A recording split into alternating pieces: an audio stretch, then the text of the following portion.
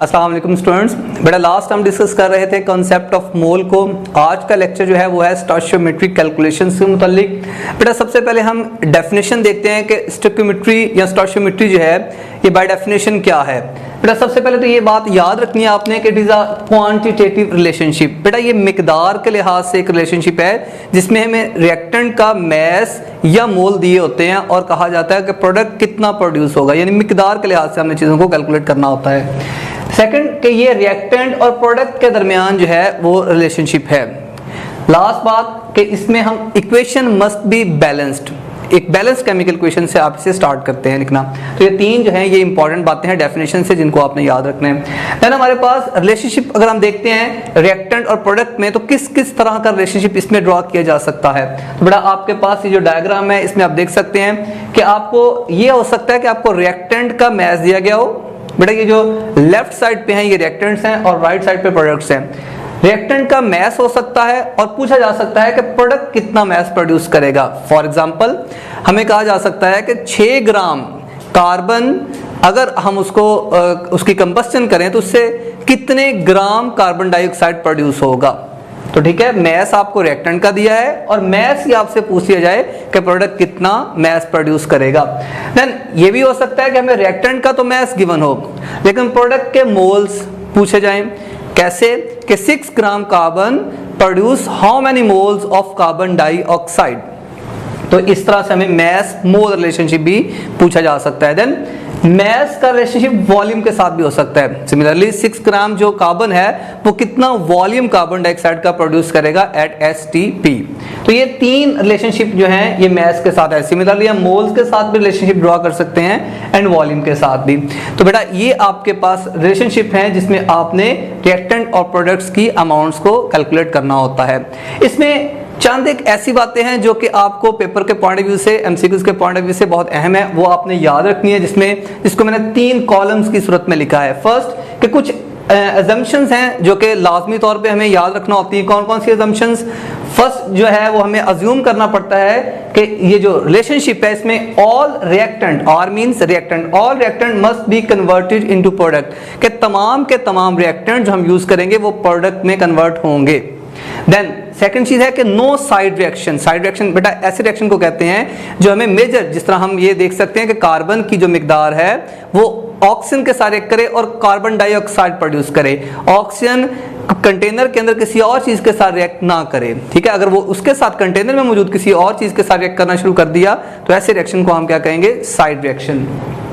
फिर law of definite proportion and law of conservation of mass must be obeyed. बेटा law of conservation of mass ये होता है कि अगर हमने 36 ग्राम रिएक्टेंट इस्तेमाल किया है, 4 ग्राम हाइड्रोजन 32 ग्राम ऑक्सीजन, तो हमें जो पानी मिलेगा वो 36 ग्राम होगा। यानी मैस जो है जितना रिएक्टेंट का एग्जैक्टली प्रोडक्ट का भी उतना मैस ही प्रोड्यूस होगा।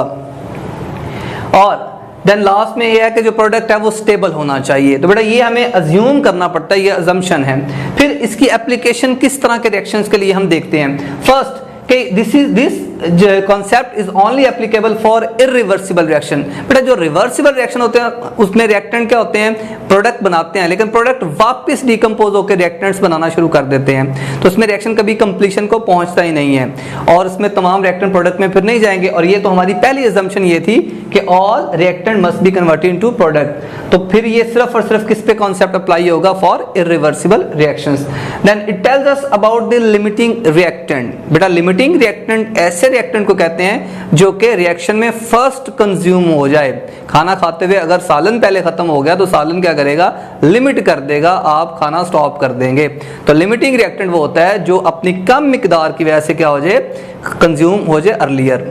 तो ये लिमिटिंग रिएक्टेंट के बारे में भी इंफॉर्मेशन प्रोवाइड करता है। फिर इसके बाद थ्योरेटिकल यील्ड, ठीक है, जो प्रोडक्शन होती है मैक्सिमम कितनी प्रोडक्शन आ सकती है ये उसको भी कैलकुलेट करके देता है। इसकी बेसिकली हमारे पास 3 एप्लीकेशन भी हैं। लास्ट में कुछ लिमिटेशंस हैं कि जो स्टोइकियोमेट्री है या स्टोइचियोमेट्री जो है ये क्या डिटरमिन नहीं कर सकती। बेटा ये रेट ऑफ रिएक्शन को डिटरमिन नहीं करती, ना ही ये हमें बताती है कि रिएक्शन का मैकेनिज्म किस पाथ से रिएक्शन होकर गुजरेगा।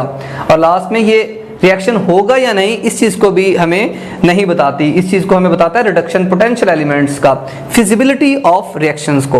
तो ये बेटा आपने चंद एक इंपॉर्टेंट चीजें जो हैं इस टॉपिक के मुतालिक, इस कॉन्सेप्ट के मुतालिक वो आपने याद रखनी है। एक assumption, application and then limitations. बेटा इसी जो टॉपिक है, इस टॉपिक से रिलेटेड बहुत इंपॉर्टेंट एमसीक्यूज हैं। तो ये यहाँ से बेटा जो एमसीक्यूज आएगा वो आपके पास कैलकुलेशन वाला एमसीक्यूज होगा, ठीक है। स्टोइकोमेट्री जो है इसमें से जनरली कैलकुलेशन वाले एमसीक्यूज जो हैं वो जनरेट होते हैं। पहले एमसीक्यूज की जाने बढ़ते हैं। जो हमारे पास फर्स्ट एमसीक्यूज है उसमें स्टेटमेंट ये है कि 24 gram each of carbon and oxygen reacts to form carbon dioxide. The amount of unreacted element left is. बेटा जो दोनों रिएक्टेंट हैं उनमें जो हमारे पास रिएक्शन के बाद जो एलिमेंट अनरिएक्टेड जो अमाउंट रह जाएगी, जो बच जाएगा, वो कितना बचेगा। सबसे पहले तो बेटा आपने इस तरह के रिएक्शंस के लिए, इस तरह की एमसीक्यूज के लिए सबसे पहले ये तरीकाकार है कि आप इसमें इक्वेशन इसकी जो है वो लिखिए। कार्बन ऑक्सीजन के साथ रिएक्ट करता है और बनता है कार्बन डाइऑक्साइड। सबसे पहले आप इसकी इक्वेशन लिखेंगे और फिर जो स्टैंडर्ड मैथ है, स्टैंडर्ड मैथ से मुराद क्या है कि कार्बन अगर 12 है तो बेटा उससे ऑक्सीजन कितना रिक्वायर्ड है, 32 ग्राम। 12 ग्राम कार्बन के लिए हमें 32 ग्राम ऑक्सीजन रिक्वायर्ड है। ये बात आपने याद रखनी है कि पहला जो कंपैरिजन होगा वो स्टैंडर्ड से कंपैरिजन होगा। स्टैंडर्ड मतलब जो इनका जेन्युइन मैथ होता है। फिर अब आप गौर कर सकते हैं कि 12 ग्राम कार्बन के लिए ऑक्सीजन कितना चाहिए, ऑक्सीजन चाहिए 32 ग्राम्स। हमें कितना दिया गया, हमें दोनों के दिए गए हैं 24 और 24 ग्राम, दोनों के 24 ग्राम्स हैं। अब देखिए ये जो मैथ है कार्बन का 24 ग्राम, ये जो हमारे पास स्टैंडर्ड मैथ है उससे ज्यादा है, और जो ऑक्सीजन का मैथ है वो स्टैंडर्ड मैथ से क्या है, कम है। तो जो चीज कम है वो हमारे पास ऑक्सीजन है। तो यहां से एक बात तो पहले ये तय होगी कि इनमें से लिमिटिंग रिएक्टेंट कौन सा है। बेटा वो स्टैंडर्ड से जो कम होगा वो हमारे पास लिमिटिंग रिएक्टेंट होगा। तो oxygen will be A limiting reactant. जब आप लिमिटिंग रिएक्टेंट ड्रॉ कर चुके हो तो बेटा फिर आप क्या करेंगे, यूनिटरी मेथड अप्लाई करेंगे। यूनिटरी मेथड से मुराद क्या है, यूनिटरी मेथड से मुराद है कि आप इसको 1 कंसीडर करें कि अगर ये 1 ग्राम होता तो कैसे फिर कैलकुलेशन होती। अगर हम इसको 1 करेंगे तो बेटा ये 32 इस तरफ आएगा तो क्या बन जाएगा 12/32, ठीक है। अब आप इसको लेके आए 24 के लिए जो हमें दिया गया है। तो 24 के लिए करने के लिए क्या तरीकाकार होगा कि 24 के लिए हम दोनों तरफ 24 से मल्टीप्लाई कर देंगे, that is called unitary method. और ये आपको लाजमी तौर पे आना चाहिए, ये स्टैंडर्ड मेथड है इसको सॉल्व करने का। अब आप इसको सॉल्व करिए कि अगर 24 ग्राम ऑक्सीजन जो है वो रिएक्ट करती है तो वो कितने कार्बन के साथ रिएक्ट करेगी। फिर इसको सॉल्व करेंगे तो हमारे पास ये 8 3 24 8 4 32 और फिर 4 3 12 और बेटा इसको मल्टीप्लाई करेंगे इसके साथ तो 9। यानी अगर ऑक्सीजन 24 ग्राम इस्तेमाल होगा तो आपके पास कार्बन जो है वो जस्ट 9 ग्राम इस्तेमाल होगा। यानी ऑक्सीजन कंज्यूम हो गया कंप्लीटली, लेकिन कार्बन भी 24 था लेकिन उसका कितना कंज्यूम हुआ है, जस्ट 9 ग्राम कंज्यूम हुआ है, बाकी अभी बाकी है।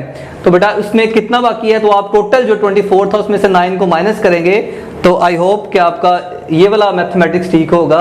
24 - 9 आंसर होगा 15। बेटा ये ऑप्शन इस लिहाज से फिर ठीक ऑप्शन होगा। तो आपने इसको जो स्टैंडर्ड मेथड है वो क्या है, सबसे पहले राइट इक्वेशन, फिर स्टैंडर्ड फॉर्म लिखिए और फिर जो गिवन है उसको लिख के देखें कौन कम और कौन ज्यादा है, ठीक है। जो कम मिकदार में होगा स्टैंडर्ड से वो लिमिटिंग रिएक्टेंट होगा और लिमिटिंग पे यूनिटरी मेथड अप्लाई करके आपने इसको सॉल्व करना होगा, ठीक होगी बात। नेक्स्ट एक और तरह का एमसीक्यू देखते हैं बेटा जिसमें हमारे पास है कि 4 ग्राम हाइड्रोजन रिएक्ट विद। अच्छा इसमें जो रिलेशनशिप था गौर करिए, रिएक्टेंट मैस रिलेशनशिप था कि मैस देके पूछा भी मैस ही गया था। नेक्स्ट हमारे पास है 4 gram hydrogen react with 8 gram oxygen to form steam water vapours STP पे। Find number of moles of gas in the vessel at the end, ठीक है। नंबर ऑफ मोल्स यानी आपको देखिए क्या दिया गया रिएक्टेंट का, 4 ग्राम हाइड्रोजन 8 ग्राम ऑक्सीजन और कहता है find the number of moles, यानी मैस देके मोल्स आपको जो है वो कैलकुलेट करने हैं। तो ये कौन सा रिलेशनशिप होगा, that would be a mass mole relationship. Sometime ऐसा भी एमसीक्यू आ जाता है कि आपको स्टेटमेंट में देके पूछा जाता है बताइए ये रिलेशनशिप किस टाइप का है, तो उसमें ये याद रखना है आपने, it's a mass mole relationship. तरीकाकार बेटा वही होगा कि सबसे पहले आप स्टैंडर्ड जो इक्वेशन है वो देखेंगे, हाइड्रोजन रिएक्ट करता है ऑक्सीजन के साथ और इट फॉर्म्स वाटर, बेटा इसका इक्वेशन को बैलेंस करने का तरीका ये है कि हाइड्रोजन के साथ भी 2 आएगा और वाटर के साथ भी 2 आएगा। अच्छा, अब स्टैंडर्ड क्या होगा? स्टैंडर्ड ये है कि 4 ग्राम हाइड्रोजन रिएक्ट कितने के साथ, ऑक्सीजन के साथ करेगा? 32। ये स्टैंडर्ड मैथ है कि अगर 4 ग्राम हाइड्रोजन है, देखिए हाइड्रोजन का मैथ होता है 1 और हाइड्रोजन मॉलिक्यूल का होगा 2 और चूंकि 2 मोल है हाइड्रोजन के, तो आंसर कुल क्या आ जाएगा? 4। तो 4 ग्राम हाइड्रोजन रिएक्ट करेगा 32 ग्राम ऑक्सीजन के साथ और पानी बनेगा 36 ग्राम। अच्छा, एक बात आपने और याद रखनी है, जब इक्वेशन बैलेंस्ड है, अब ये बिल्कुल बैलेंस्ड इक्वेशन है, इसमें कौन लिमिटिंग रिएक्टेंट है, हाइड्रोजन या ऑक्सीजन? बेटा याद रखना, लिमिटिंग रिएक्टेंट कभी बैलेंस्ड इक्वेशन में नहीं होते। जब स्टैंडर्ड बैलेंस्ड इक्वेशन है, यानी अगर आपसे कहा जाए 4 ग्राम हाइड्रोजन 32 ग्राम ऑक्सीजन के साथ रिएक्ट करता है, कौन लिमिटिंग रिएक्टेंट है? There will be no limiting reactant. Balanced chemical equation में लिमिटिंग रिएक्टेंट नहीं हुआ करते।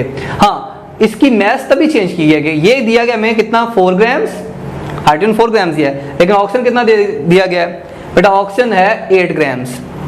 अब आपने 8 ग्राम ऑक्सीजन तक आना है, तो क्या 32 ग्राम जब ऑक्सीजन था वो तो 4 ग्राम हाइड्रोजन के साथ रिएक्ट करता था, लेकिन अगर आप 8 ग्राम ऑक्सीजन होगा तो क्या वो भी 4 ग्राम के साथ रिएक्ट करेगा? नहीं, वो 4 ग्राम उसके लिए ज्यादा है। 32 ग्राम के लिए 4 ग्राम हाइड्रोजन चाहिए, 8 ग्राम के लिए तो 4 ग्राम हाइड्रोजन नहीं चाहिए। उसका तरीका क्या होगा? क्या देखिए, इसको अगर हम 4 से डिवाइड करते हैं तो आपका आता है 8, ठीक है, 4 8 32 हो जाएगा ना, और इससे भी आप क्या डिवाइड करेंगे? 4 से। इसका मतलब है अगर हमने 8 ग्राम ऑक्सीजन यूज की है तो सिर्फ 1 ग्राम हाइड्रोजन के साथ रिएक्ट करेगा। तो 8 ग्राम ऑक्सीजन के लिए कितना हाइड्रोजन इस्तेमाल होगा?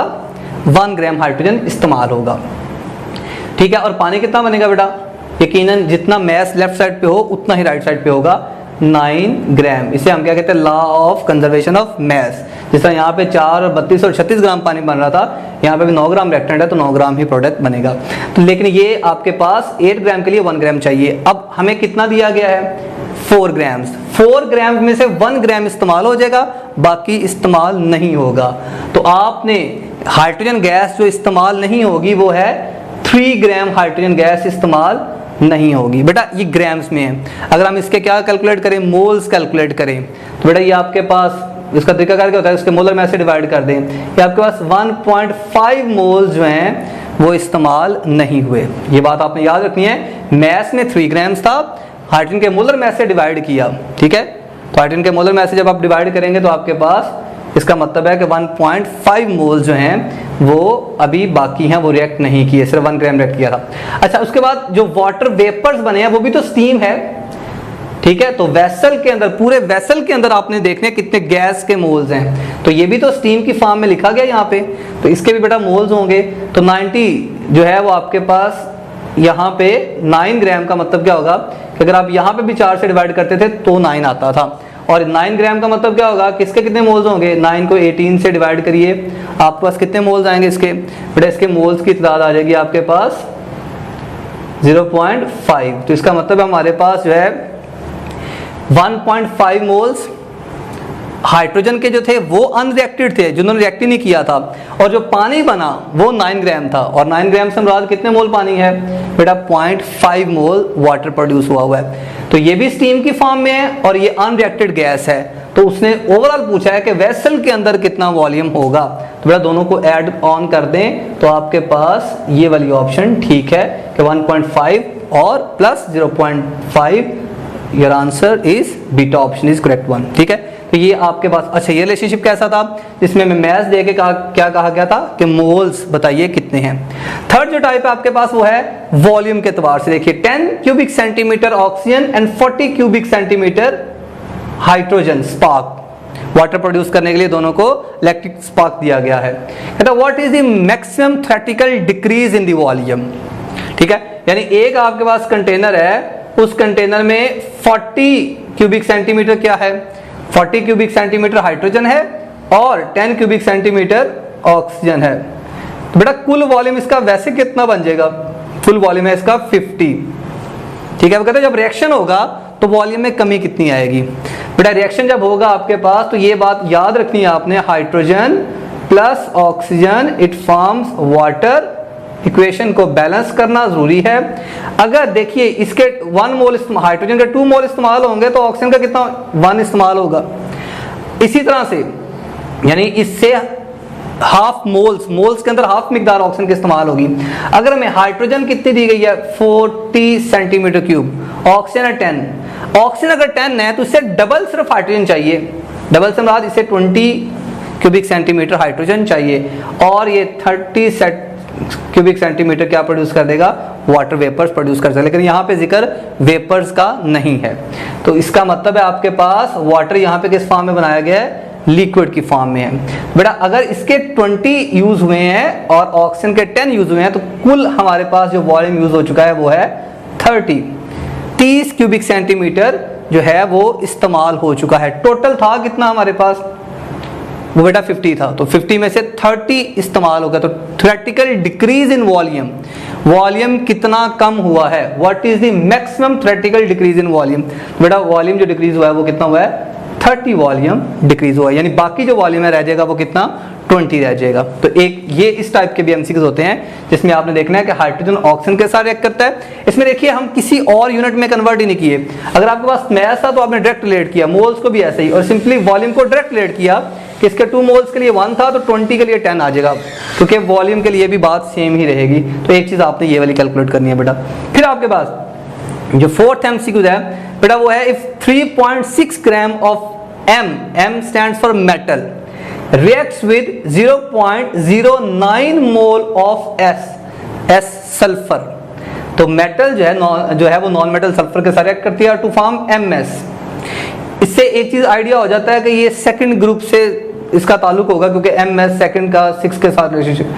विच मेटल इट इज, कौन सी मेटल है ये, ठीक है बेटा। इसको सॉल्व करने का तरीका क्या होगा, वही तरीका है आपके पास कि सबसे पहले आप क्या लिखेंगे, जो आपके पास स्टोइचियोमेट्री है उसको, उसकी कैलकुलेशन सबसे बेस्ट यही है कि आप इक्वेशन लिखिए सबसे पहले। तो इक्वेशन में हमारे पास M रिएक्ट करता है किसके साथ, S के साथ, टू फॉर्म MS।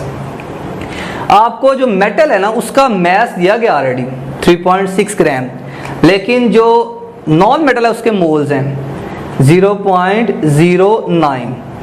लेकिन आप सबसे पहले इक्वेशन को देखिए कि इक्वेशन स्टैंडर्ड फॉर्म हमें क्या कहती है। स्टैंडर्ड फॉर्म के मुताबिक अगर हमारे पास 1 मोल मेटल है तो उसके लिए सल्फर भी 1 मोल ही चाहिए, और जो प्रोडक्ट बनेगी वो भी 1 मोल ही, क्योंकि इक्वेशन ऑलरेडी बैलेंस्ड है, ठीक है। जिस तरह हम करते हैं मैग्नीशियम का रिएक्शन ऑक्सीजन के साथ Mg प्लस ऑक्सीजन MgO, या मैग्नीशियम का सल्फर के साथ Mg प्लस S MgS। तो बेटा ये अब आपके पास ये है स्टैंडर्ड फॉर्म, यानी जितने मोल सल्फर के हैं उतना ही मेटल के चाहिए।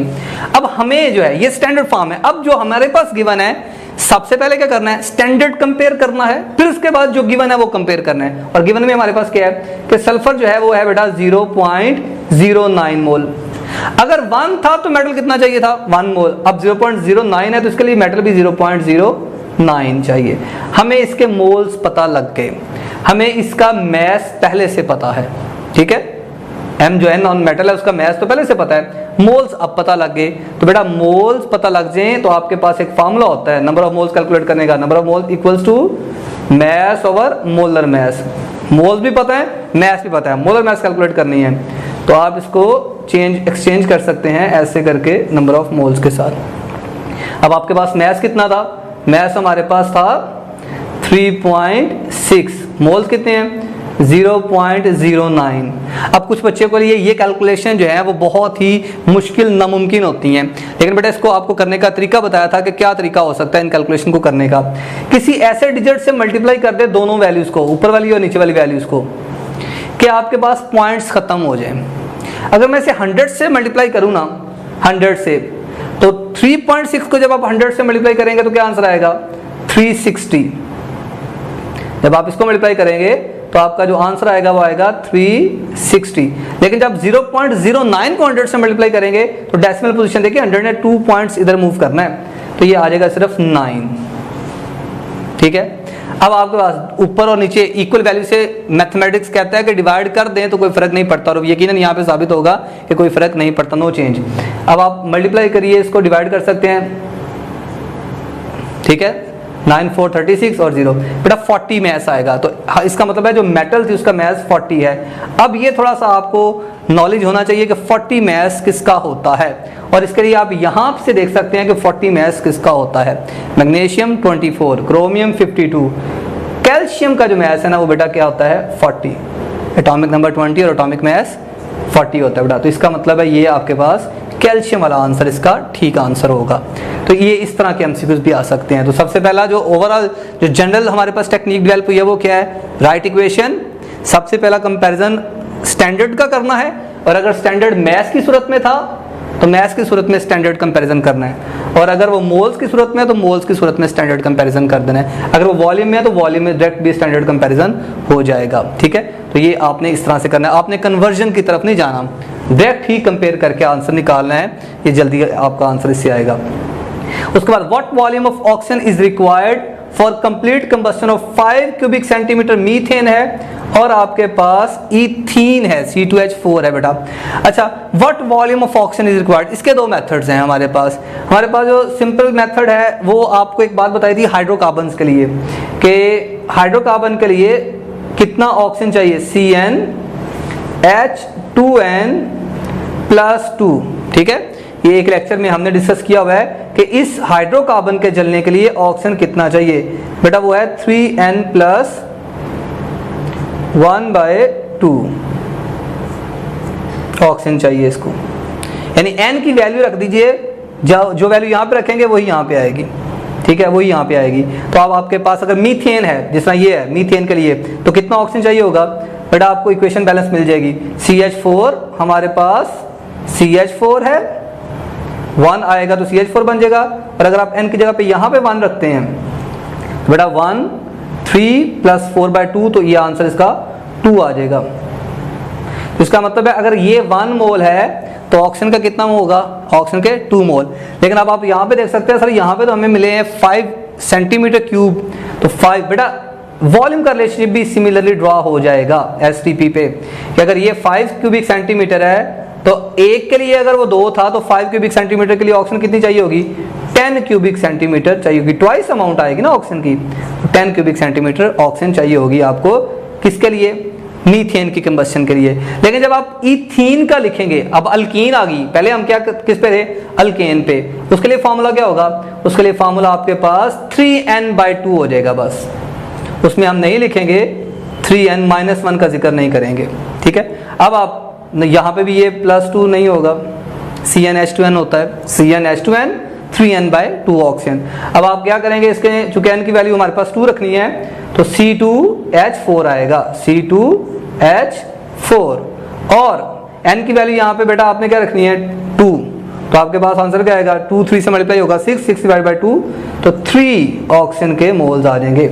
अब आपको आइडिया हो जाएगा कि अगर ये 5 थे तो मीथेन के लिए ट्वाइस हुई थी वैल्यू, लेकिन अगर आपके पास इथीन के लिए 3 आ रहा है ऑक्सीजन के साथ, अगर इथीन के भी 5 हैं लेकिन यहाँ पे 3 टाइम्स मोर 15 क्यूबिक सेंटीमीटर इस्तेमाल होगी वैल्यू, तो 15 क्यूबिक सेंटीमीटर इथीन इस्तेमाल करेगी और 10 क्यूबिक सेंटीमीटर मीथेन इस्तेमाल करेगा, और टोटल 15 और 10 ऐड करेंगे तो आंसर कितना आ जाएगा 25। तो बेटा ये अब आपके पास इस तरह के एमसीक्यूज भी आ सकते हैं, ये वॉल्यूम रिलेशनशिप के लिहाज से थे। तो तीनों रिलेशनशिप के लिए हमने एमसीक्यूज ड्रॉ किए। फर्दर प्रैक्टिस जो है बेटा वो आपके पास बुक्स में मौजूद है, इनको आप एक दफ़ा ज़रूर, थोड़ा सा आपको दिक्कत होगी लेकिन आप अगर प्रैक्टिस करेंगे, practice makes a man perfect even a woman, तो बेटा ये अब आपके लिए फिर वो बात अच्छी हो जाएगी। अच्छा, इसमें हमारे पास नेक्स्ट कुछ और जो है वो जो टॉपिक्स इंक्लूड हैं चैप्टर 9 से, फर्स्ट ईयर की बुक 1 में से हमारा ये सिलेबस था ऑलमोस्ट, ठीक है, स्टोइचियोमेट्री तक, यील्ड तक, और जो आपके पास चैप्टर 9 का कुछ पोर्शन भी इसमें इंक्लूड किया गया है जो बेसिक कॉन्सेप्ट में उसमें। तो बेटा इसमें जो 3 बातें हैं, आपने टोटल चैप्टर 9 से 3 बातें हैं जिनका तज़किरा करना है। एक है हमारे पास परसेंटेज सॉल्यूशंस क्या होते हैं, एक है मोलैरिटी वाले सॉल्यूशंस, और एक है मोल फ्रैक्शंस के लिए। बेटा इनमें सबसे जो हाई कंसंट्रेटेड सॉल्यूशंस होते हैं ना, उनको हम जनरली एक्सप्रेस करते हैं परसेंटेज के अंदर, तो थोड़े डाइल्यूट होते हैं, उसको हम रिप्रेजेंट करते हैं मोलैरिटी के अंदर। और मोल फ्रैक्शन का इस्तेमाल ये है कि जहाँ पे मिक्सचर ऑफ गैसेज इस्तेमाल की जा रही हो, बहुत सी चीज़ों का मिक्सचर हो, तो फिर आप वहाँ पे मोल फ्रैक्शन यूज़ करते हैं। सबसे पहले मैंने लिखा है कि परसेंटेज को रिप्रेजेंट करते हैं सिंबल से, मोलैरिटी कैपिटल M से, और X जो है वो मोल फ्रैक्शन के लिए। देन डेफिनेशन होगी हमारे पास। डेफिनेशन क्या है? सॉल्यूट डिसॉल्व पर 100 पार्ट्स ऑफ सॉल्यूशन, के 100 के हिस्सों में सॉल्यूट कितने हिस्से मौजूद है। देन मोलैरिटी के लिए number of moles of solute dissolve पर क्यूबिक डेसीमीटर ऑफ सॉल्यूशन, ठीक है, क्यूबिक डेसीमीटर सॉल्यूशन, ये वॉल्यूम की सूरत में मेजर किया जाता है। और लास्ट में ये रेशियो होती है जिसकी मालूम करनी हो, divide by total number of moles पे डिवाइड कर दिया जाता है। बेटा फॉर्मूलेज इनके याद रखने हैं आपने। मोलैरिटी के यहाँ पे सबसे पहले परसेंटेज के फॉर्मूले देखिए, it is wait by wait percent भी हो सकती है। इससे मुराद क्या है बेटा? ये जो ऊपर वाला बबलू है ना, इसका मतलब होता है वेट ऑफ सॉल्यूट, ठीक है, और जो नीचे वाला बबलू है इसका मतलब होता है वेट ऑफ सॉल्यूशन। सॉल्वेंट नहीं कहना इसे, weight of solute, weight of solution, ठीक है, वेट बाय वेट परसेंटेज। और बेटा ये वो वाहद परसेंटेज है वेट बाय वेट जिससे टेम्परेचर इफेक्ट नहीं करता। टेम्परेचर बढ़ाने से वेट पे कोई फर्क नहीं पड़ता, वॉल्यूम पे फर्क पड़ता है, ठीक है। तो ये आपके पास, और सबसे ज्यादा कंसंट्रेटेड भी यही होगा, वेट बाय वेट। इसमें हमें क्या मालूम नहीं होगा? इसमें हमें दो बातें मालूम है, वेट ऑफ सॉल्यूट मालूम होता है और वेट ऑफ सॉल्यूशन मालूम होता है। वॉल्यूम ऑफ सॉल्यूशन हमें पता नहीं होता, अननोन होता है। तो इस तरह से ये है weight of solute divided by volume of solution. इसमें हमें वॉल्यूम ऑफ सॉल्वेंट नहीं पता होता, सॉल्यूशन का वॉल्यूम पता होता है, ठीक है, और ना ही वेट ऑफ सॉल्वेंट पता होता है, सॉल्यूशन पता होता है। तो बेटा ये एक परसेंटेज है, फिर वॉल्यूम बाय वॉल्यूम, और लास्ट में सिंपल वॉल्यूम बाय वॉल्यूम है। और सबसे ज़्यादा जो इफेक्ट होगा वो टेम्परेचर का इस पे होगा, और ये सबसे ज़्यादा डाइल्यूट भी होगा। बहरहाल इतने डीप में हमें जाने की जरूरत नहीं है, हमें इन टाइप्स का चार का पता होना चाहिए। फिर मोलैरिटी के लिए जो फार्मूला है वो बेटा दोनों फार्मूले यूज किए जाते हैं। Molarity equal to mass by molar mass और वॉल्यूम इन डेसीमीटर क्यूब, या it's a ratio between number of moles and volume in decimetre cube. दो फार्मूले ये हैं बेटा, एक दो फार्मूलाज और भी याद होने चाहिए फार्मूले। वो क्या है? M1V1 इक्वल्स टू M2V2, यानी ये डाइल्यूशन का जो फार्मूला है इसको भी आपको याद रखना है चीज़ों को डाइल्यूट करने के लिए। कि पहले इतनी मोलैरिटी थी, ठीक है, इतना पानी ऐड किया तो नई मोलैरिटी कितनी हो गई, ठीक है। तो इस तरह की चीज़ों का भी आपने प्रैक्टिस करनी है, बुक में MCQs मौजूद हैं। और फिर बेटा लास्ट में इसका फार्मूला, किसका? मोल फ्रैक्शन का फार्मूला, ये मोस्टली स्टूडेंट्स को आता होता है। बेटा यूनिट्स परसेंटेज के यूनिट परसेंटेज में हम एक्सप्रेस कर देते हैं। जो मोलैरिटी है वो मोल पर डेसीमीटर क्यूब में होती है, ठीक है, मोल पर डेसीमीटर क्यूब। और जो mole fraction it has no units, किसी एक पार्टिकल की जो या एक इंडिविजुअल जो है वो कंपोनेंट की जो मोल फ्रैक्शन होगा वो 1 से हमेशा लेस होगा, लेकिन sum of mole fraction equals to 1 होगा, और percent mole fraction equals to 100 होगा। तीन बातें हैं, 1 से लेस इंडिविजुअल की, sum of mole fraction equals to unity 1, percent mole fraction equals to 100। बेटा टेम्परेचर का, इसमें जो वॉल्यूम जिसमें डिनोमिनेटर में मौजूद है ना, जिसमें सोल्यूशन का वॉल्यूम है, वो इफेक्ट होगा टेम्परेचर से, लेकिन जिसमें क्या है हमारे पास जो मोल फ्रैक्शन है इसमें भी जिसमें वेट मौजूद है वो इफेक्ट नहीं होगा। जिनके वॉल्यूम है, सोल्यूशन के वॉल्यूम, डिनोमिनेटर में जिसके वॉल्यूम है उसको टेम्परेचर इफेक्ट करेगा। Temperature does effect on volume but does not effect on mass. इस तरह से मोलैरिटी को बेटा टेम्परेचर इफेक्ट कर सकता है, क्योंकि ये भी क्या है, number of moles per decimetre cube, इसको भी इफेक्ट कर सकता है, लेकिन मोल फ्रैक्शन को टेम्परेचर इफेक्ट नहीं करता। तो ये आपने चंद जो बुक से भी डाटा है इसका वो जस्ट एक दफ़ा रीड आउट करना है आपने, इंपॉर्टेंट है, याद कर लीजिएगा। हमारे पास जो मेन चीज़ होती है बेटा वो है इंटर कन्वर्जन्स। इंटर कन्वर्जन से मुराद हम क्या लेते हैं कि आपको एक कंसंट्रेशन दी गई है परसेंटेज में, और आपको कहा जा रहा है कि इसको कन्वर्ट करो मोलैरिटी में, या मोलैरिटी दी गई है और पूछा जा रहा है परसेंटेज में। एक मोलैरिटी टर्म भी है दरमियान में, लेकिन वो हमारे सिलेबस का फिलहाल हिस्सा नहीं है। तो परसेंटेज को मोलैरिटी में और मोलैरिटी को परसेंटेज में कन्वर्ट कैसे करना है? अच्छा, इसमें दो बातें हैं। एक तो यह है कि अगर वो वेट बाय वेट हो, और दूसरा ये वेट बाय वॉल्यूम। जनरली यही दो टर्म एक्सप्रेस की जाती हैं, और आपकी बुक में भी जो इंटर कन्वर्जन्स के न्यूमेरिकल्स किए गए हैं वो यही दो के लिहाज से किए गए हैं, और जनरली यही दो ही सीखे जाते हैं। इसमें देखिए क्या है, हमारे पास मोलैरिटी कैलकुलेट करनी है। बेटा आपकी बुक में एक लंबा अच्छा खासा लंबा मेथड मौजूद है, लेकिन एक उसका शॉर्टकट भी है। अगर आपको परसेंटेज दी गई हो, लेकिन किसमें? वेट बाय वेट में, you know the percentage in wait by wait, और आपको कहा जाए यानी मिसाल दूंगा 2% वेट बाय वेट सोल्यूशन है NaCl का, बेटा इसकी मोलैरिटी जो है वो क्या होगी। अगर हमें 2% सोल्यूशन दिया गया है NaCl का और हमें साथ में देखिए अगर वेट बाय वेट सोल्यूशन दिया गया ना बेटा तो साथ में डेंसिटी जरूर बताई जाएगी। जिस तरह आपकी किताब में लिखा है 36 जो है वो परसेंट सोल्यूशन है HCl का वेट बाय वेट और इसकी डेंसिटी है 1.19 ग्राम पर क्यूबिक सेंटीमीटर। तो इसका मतलब है साथ में अगर वेट बाय वेट है तो डेंसिटी लाजमी तौर पे दी जाएगी। क्यों दी जाएगी डेंसिटी? क्योंकि वेट बाय वेट में जब आप मोलैरिटी में जाएंगे ना तो मोलैरिटी होती है मोल बाय वॉल्यूम, और जब भी आपने वेट को वॉल्यूम में कन्वर्ट करना हो ना बेटा यू नीड डेंसिटी। ठीक है, तो इसका मतलब है डेंसिटी तो लाजमी दी जाएगी अगर वेट बाय वेट है। तो आप 2% NaCl है तो बेटा आपने क्या करना है, आपने परसेंटेज जितनी भी होगी, जिस तरह 2% है तो 2% को डेंसिटी से मल्टीप्लाई कर देना है, डेंसिटी से मल्टीप्लाई कर देना है। अगर डेंसिटी फर्ज कीजिए 1.5 है तो 2 को आप 1.5 से मल्टीप्लाई कर देंगे। देन हमारे पास मोलर मास है और मोलर मास कितना होता है 58.5। ठीक है, और आप इसको 10 से मल्टीप्लाई कर देंगे। बेटा 10 से मल्टीप्लाई क्यों किया जा रहा है हमारे पास? क्योंकि परसेंटेज होती है 100 में से वैल्यू निकाली गई और जो मोलैरिटी होती है 1000 में से, तो इनमें 10 का डिफरेंस भी है।